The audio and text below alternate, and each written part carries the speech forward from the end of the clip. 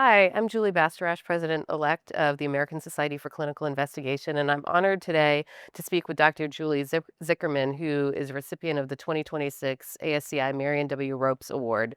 This award recognizes the significant scholarly achievement of a middle career woman physician scientist. Dr. Julie Zikherman is an associate professor in the Department of Medicine at UCSF and serves as the associate chief for basic research in the Division of Rheumatology. So excited to talk to you today. Um, Maybe start out by just telling us a little bit about yourself, your training path, and how you came to work on B cells and study the things that you're studying. Oh, absolutely. It's a pleasure. Well, my path was, I would say, nonlinear. In other words, at the beginning, I didn't know where I'd end up at the end. Um, I did my medical school training at Cornell. Mhm. The medical school is in Manhattan, and I joined the tri-institutional MSTP program there. And for my research, I actually became really interested in developmental biology and joined a lab that studied chick embryo development with, at the time, like minimal clinical relevance. I just followed what I thought was interesting. Um, and a lot of developmental patterning at the time seemed to me interesting. However, as time went on, actually, my focus in the lab kind of drifted, and I didn't finish my PhD actually. I went back to clinical medicine, became really interested in rheumatology because of how it sort of uh, touches on every field in internal medicine. In other words, you don't really give anything up. You have to think about every other disease that touches every other organ.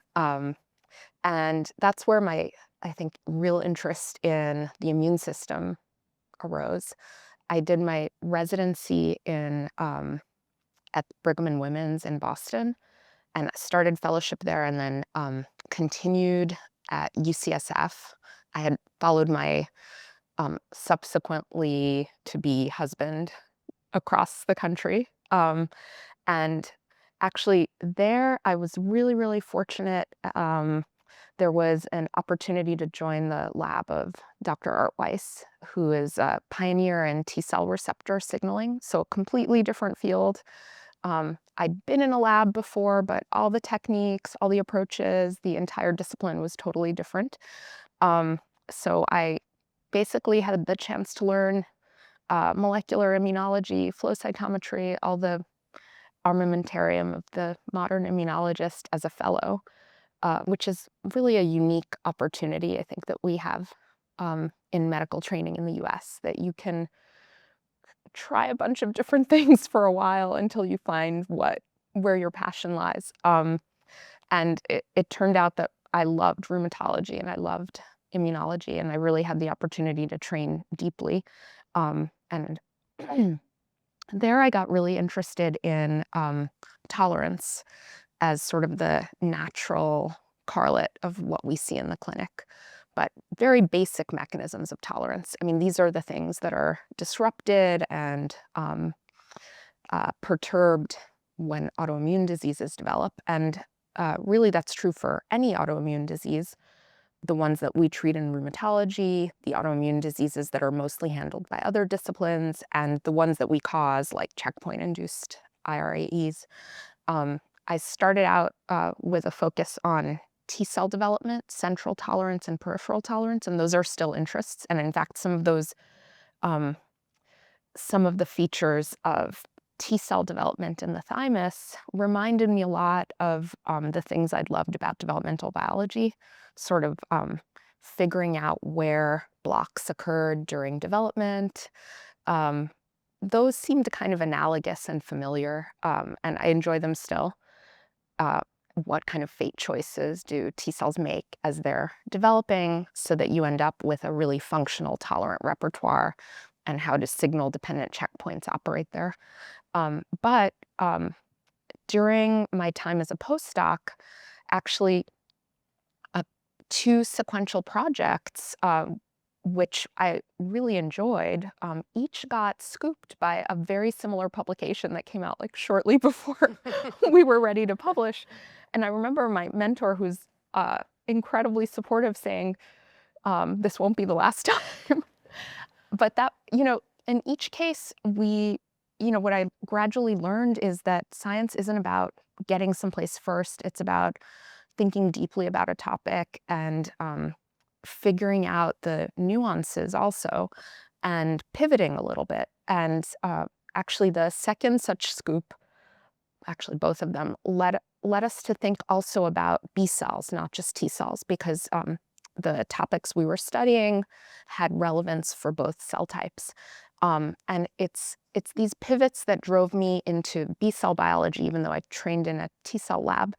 And ever since then, actually, the parallels of the two cell types, the independent constraints that T cells and B cells face during their development and in their kind of function later, are kind of revealing of what are the kind of design constraints of these systems. What do you need to do to optimize how a T cell works, how a B cell works? Those constraints are the same things that establish the mechanisms that govern how they also distinguish self from foreign. In other words, fundamental mechanisms of tolerance in the adaptive immune system. So um, those are the kinds of things I've been passionate about, that I continue to study, and I consider myself very fortunate to have made all these accidental choices. Um, but I have to say that none of that would have happened. And certainly my career wouldn't have happened if I didn't end up in the lab of Art Weiss, who is an amazing scientist and actually an incredibly supportive mentor, both while I was a postdoc and afterwards. And I think that was really the final reason I've ended up where I am now. Great, really interesting path. It's so fun to hear about people's paths because I don't think anyone has ever had a linear path. You talked a little bit about Dr. Weiss. What other specific factors do you think were really key to your success? Well, I think my path was long. My postdoc was actually, I think I spent 6 years technically as a postdoc in arts lab. And even when I was starting my independent lab, I was highly reluctant to leave because it was so fun to be there, such great colleagues, such a supportive environment. Um, and I think it made me realize that, and part of that is that I had switched fields completely. So I kind of did a PhD and postdoc in one in some senses. Um, but part of what I feel really fortunate about is that I had the chance to try multiple things, and I had the time to test out different ideas, to pursue different projects.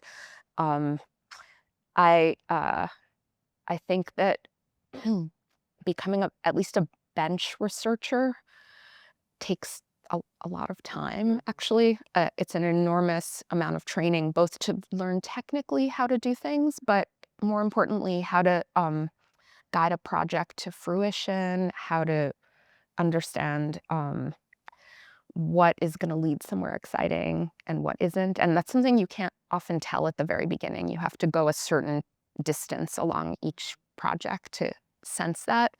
And I think having the time to train for that long set me up to have a better instinct about those aspects of a project when I became a mentor and had to guide students and postdocs along that path. Um, I think um, at the time I started, um, the EMR didn't exist yet. And so I was able to have a clinical role, um, but balance really how much time that took and how much time I had to spend in the lab. Um, I uh, I think that ended up being really important. Mhm. Um, and I think I ended up in a lab with, again, a mentor who I admire greatly. And over the course of all those years, I was really able to absorb, what does great science look like? How do you push your observations to the next level? What does rigor look like? Um, what does deep mechanistic insight look like? And so the training wasn't just doing the science, but it was really hearing about everyone else's Mhm. projects, giving advice, exchanging ideas. So definitely my time with art is what set me up to become a scientist, and without that, I'm sure it wouldn't have happened. Yeah, mentors are so important. What obstacles did you have to overcome in this journey? Well, um, there were a number of false starts. I sort of alluded to them at the beginning. Um, One of my non-PhD projects when I was supposed to be finishing my MSTP focused on feather bud patterning in chick embryos, which I still think is fascinating. And does, you can find relevance in all kinds of ways. Um, but I did feel like I'd reached a point where I couldn't push that mechanistically any further. Part of it is that our lab at the time was studying chick embryos. It's a model system. It's not a genetic model system. It's amazingly powerful and was a workhorse organism for developmental biology because you can basically watch chick embryos develop. You create these little windows in fertilized eggs, and you can watch the Oh, chick cool. embryo develop like under a not powerful microscope. You can use retroviruses to misexpress genes, but it's very hard to, um, you can't knock anything out. Um, it was actually the system where morphogen function was discovered because you can put beads that secrete like growth factors and then see what happens. Like, oh, now this chick has an extra digit, and this is what caused it. So it's amazing, but I felt constrained. So the fact that our educational system kind of allows us to try things, pivot, visit science again, re-enter scientific training at multiple points. I think that's unique in the US. Um, the course of scientific training in other countries is a lot more streamed at earlier time points. Um, and I think for me, it was important to try things until I found the right fit. So I think um, knowing when I wasn't on the right path and being able and encouraged to pause and reassess was really important. Um, I don't know if you'd call that an obstacle. I think it would have been if I'd kept going. Um, and, I think during my kind of immunology training as a rheumatology fellow, um, I also alluded to this earlier, I had multiple sequential projects. I think they've built to a coherent focus, which is on understanding the mechanisms that control how T cells and B cells distinguish self antigens from pathogens and foreign antigens. But as I mentioned, two of those projects did get scooped in really surprising ways because they were both kind of singular and strange approaches where you wouldn't imagine that someone else was doing the exact same thing. Um, but I think though those challenges also led to, it forced us to stop and rethink and consider pathways around, or, what else can this tool be used for, or what other approaches can we take? Um, so those, in a way, also led me to interesting kind of pathways in science. Um, I have to say, in most ways, I feel fortunate rather than um, challenged in the course of my education and training.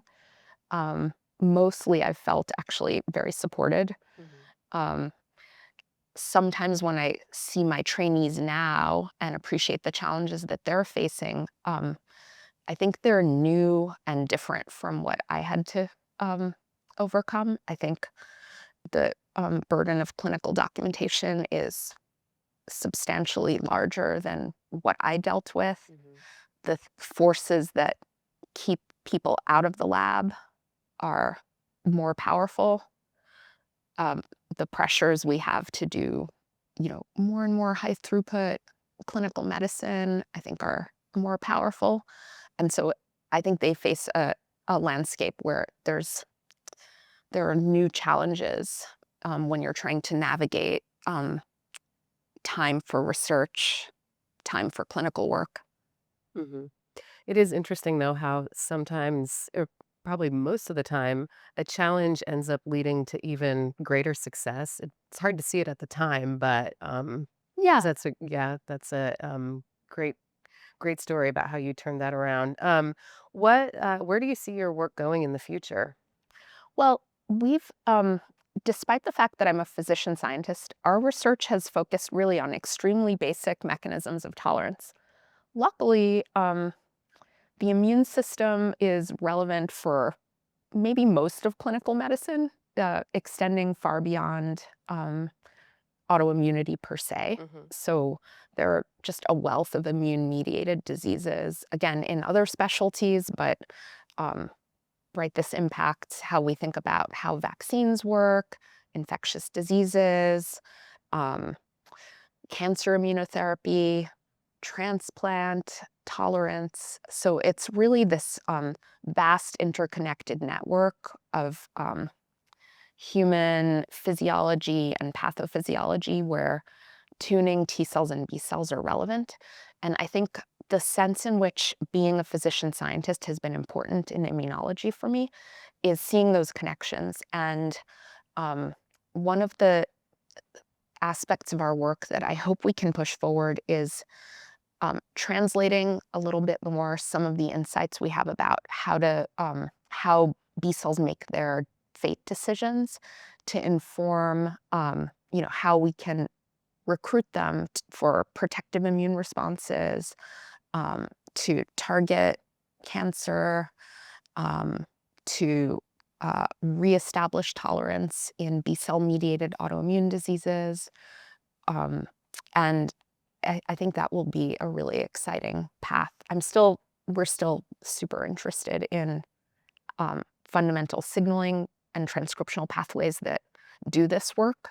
But I think it's a really exciting time in medicine and biotech because we really have the tools to manipulate these pathways precisely, and they're no longer um, the same barriers we faced before, where you have to use a ligand for a cell surface receptor to do it. Mhm. So we have degraders. There are no undruggable targets anymore.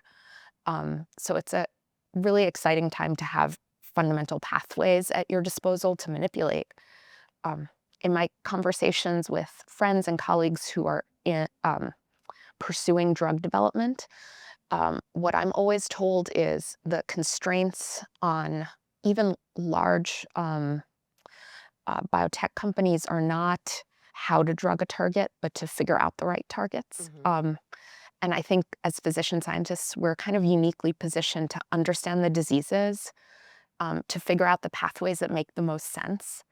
Um, and hopefully we can collaborate across the spectrum to figure out, in fact, how even existing therapies we can repurpose. I Mhm. think we heard about that over dinner last night.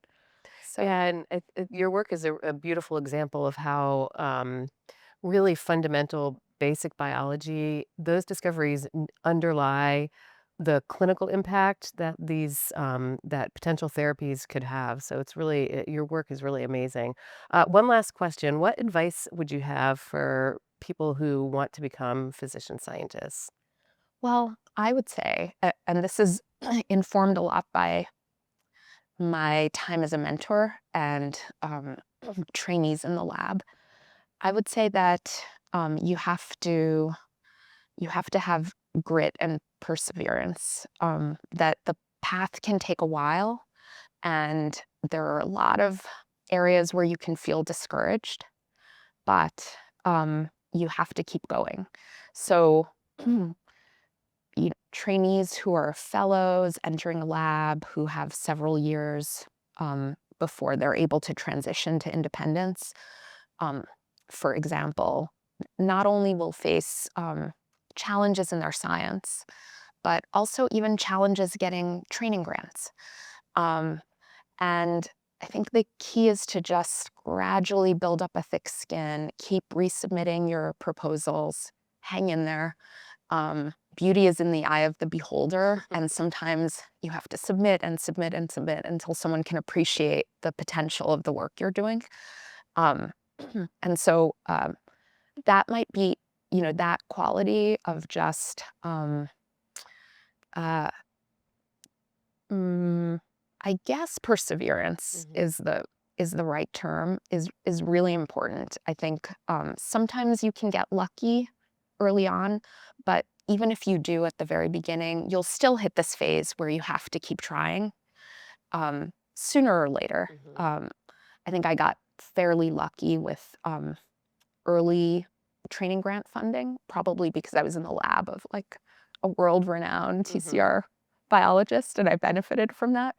But, when I set out on my own and was trying to get my first R01, I also got, a triaged grant, read the summary statement, go hide in a corner. But you have to, even at that point, I got great advice. Just keep going. Mhm.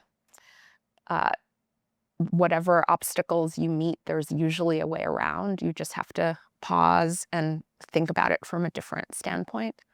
Um, and I think it's an amazing opportunity to go to work and have the chance to explore how nature works. Yeah. And I'm mindful of that, or I try to be. I mean, I think we all have our discouraged days, right? To just step back and see that you have the chance to do something unique. Um, and powerful, and you know take rejection in stride, Mhm. whether it's manuscript rejection, grant rejection, and keep going. Yeah. It really is an amazing career and amazingly fun. So thank you so much. I really enjoyed talking to you today. Congratulations on this incredible award. Very, very well deserved. Thank you so much. It's a pleasure to have the opportunity to discuss how things have gone in my particular path, and I'm honored to receive the award.